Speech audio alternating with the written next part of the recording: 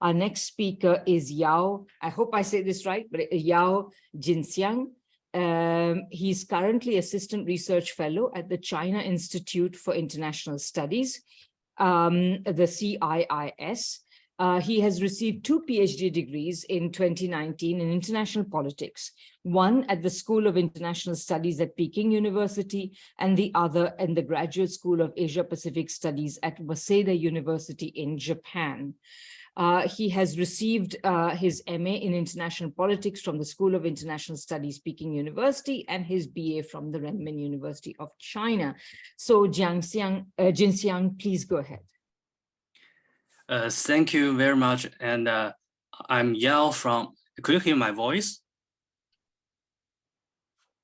Okay, I'm Yao from China Institute of International Studies, CIIS, and it is affiliated to Chinese Ministry of Foreign Affairs. And I'm honored to participate in this conference as the only Chinese and share my thoughts on the current West Asia and Chinese diplomacy, as we know that many people and many global think tanks talk about China, Chinese politics, economy, or diplomacy.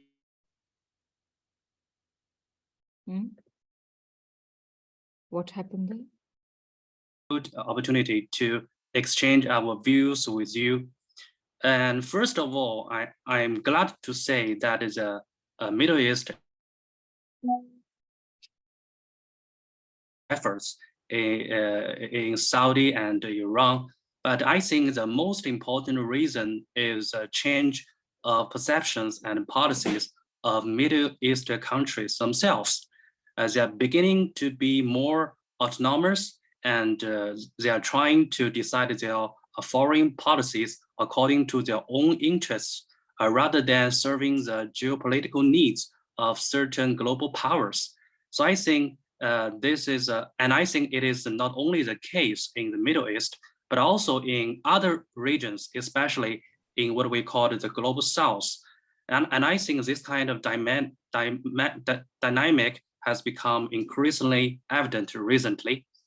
And in recent times, the Western countries, such as the G7 summit and the EU Parliament, they have stopped using the term decoupling with China and started to use the term de-risking when talking about China. By the same logic, I think many countries around the world are also promoting de-risking in their relations with the United States. And I think the United States has overused its hegemonic power, especially the US dollar, and has frequently used sanctions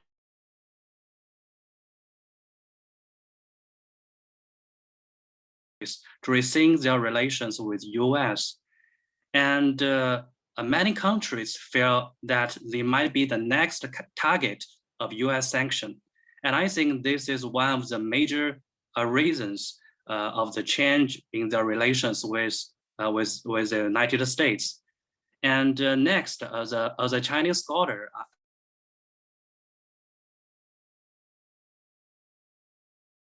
Middle East diplomacy, especially China's role in pushing for the normalization of diplomatic relations between Saudi Arabia and Iran. And first, I think it is in line with China's new diplomatic principles or approaches in recent years. And I would like to introduce 3 keywords in China's diplomacy. The first is the community of shared future for mankind. And it is China's philosophy thinking about the future of the world. And it emphasizes that we need to join together to address the global challenges, no matter where you come from, no matter what your religion, race, or nationality is, we shall join together to tackle the problems together. And the second keyword is the new type of international relations. And this kind of word emphasizes that we need to step out of the logic of geopolitical competition and try to define the future of international relations by peace and win-win cooperation. And the third keyword is the three new concepts China proposed since last year. That is the Global Security Initiative, GSI, Global Development Initiative, GDI, and the Global Civilization Initiative, GCI. The three concepts are very important in China's diplomacy right now.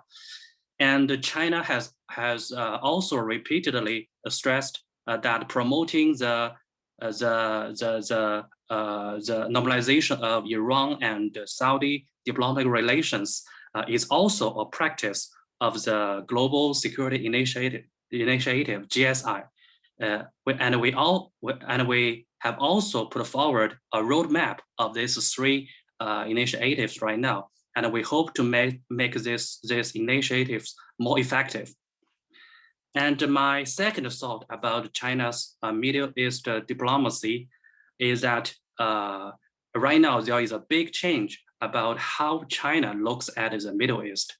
In the past, China also wanted to increase cooperation with Middle East, but China was indeed very cautious and did not want to get involved in the complex regional conflicts in this region.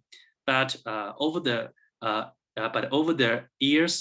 recent years, in our exchanges with our Middle Eastern friends, they have repeatedly stressed that they want China to play a more active role in this region, especially in the security sphere, social sphere, and the grassroots sphere. And I think China is changing step by step. Since 2019, our institute CIIS has organized two Middle East security forums in Beijing under the guidance of the Chinese MOFA. And we're inviting diplomats and scholars from Middle East to participate in this forum. And it is a pioneering move to make China's voice can be heard in the field of security in Middle East. After that, we saw that the former China Foreign Minister Wang Yi also frequently visited Middle East and proposed the idea of the Gulf Dialogue platform. And it is actually a China's version of the Middle East security architecture. And we have discussed this kind of platform with our Middle East colleagues for many times, and they all have great interest in this kind of platform. And I think China does want to do more to promote security dialogue or security architecture in the Middle East. And my third thought is that I would like to talk about how we say the possible competition between China and the United States in the Middle East. Of course, China has realized the competition between China and the United States is inevitable, but China still wants the competition to be manageable. For example, in Asia Pacific or the so-called Indo-Pacific, China and the US will certainly have fierce competition. But in the Middle East, I hope that our focus should be on cooperation and try to make the Middle East or the region where China and the US can have dialogue and communicate. For example, on issues such as counterterrorism or energy transition, China and the US can cooperate in this region. And I think the possibility to achieving peace in Middle East still have large possibility. On the one hand, I think China is not another USA or the former Soviet Union, and we have no intention to engage into a Cold War style competition with the United States in the Middle East. And on the other hand, I think the US is relatively weakened and could not support a full-scale strategic competition on a global scale. US may criticize some of its Middle East allies, such as Saudi or UAE, but there are still big limits when talking about actual policies or actual fiscal resources it can use.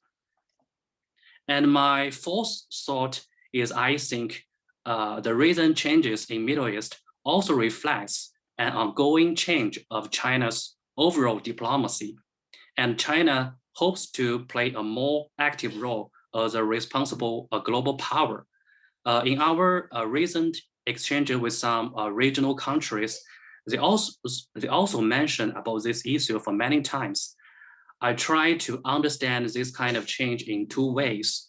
On the one hand, China will be more active to defend its own interests. It stems from the fact that many Western countries have recently intensified their pressure on China, trying to block China in areas such as semiconductors, science, and high technology. So China must respond more actively. Otherwise, it will be difficult to safeguard our national interests. And on the other hand, I think China will be more active in protecting the interests of developing countries or the global south as a whole, and try to promote a balanced and fair international order.